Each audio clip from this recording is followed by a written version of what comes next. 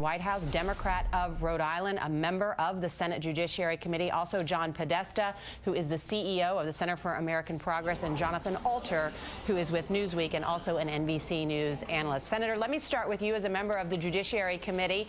You heard the president in his remarks that it's important to him that this person not be just a good jurist, but also a good person.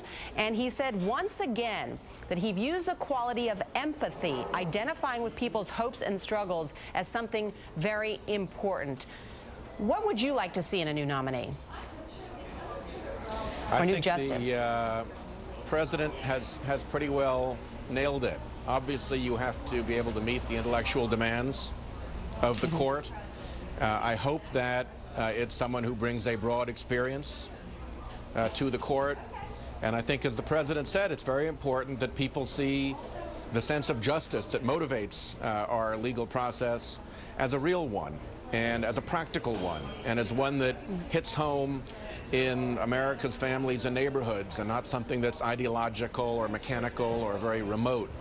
And I think the president is committed to doing that, so we're looking forward to an open process and considering the nominee, and I hope confirming him on the president's schedule. Or her. You know there are 9, of course, justices on the Supreme Court, and there has only been one woman since 2006 when Sandra Day O'Connor stepped down from the court. Recently, Justice Ginsburg, who's now the only woman, said, "There I am, all alone, and it doesn't look right."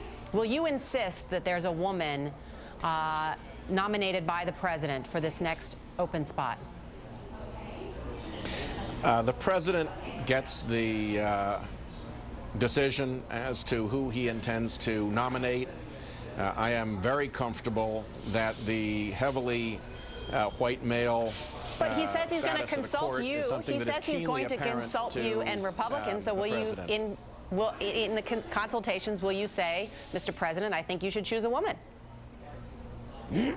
I'll reserve that to my discussions with the president, but I think it's clear to all of us that the court is unbalanced in the direction of white males, and that both gender and ethnic diversity would be useful on the court. But ultimately, the acid test is, again, those qualities of intellectual rigor, empathy, and experience that will inform the judge's views. Senator Sheldon Whitehouse, on the Judiciary Committee, we're going to be seeing a lot more of you in the coming months and through the summer. You're great to join us and stick with us through the president's remarks. We appreciate it. We're going to have a lot more straight ahead on just what President Obama must do. John Podesta stays with us, as well as Jonathan Alter. We're going to have much more straight ahead.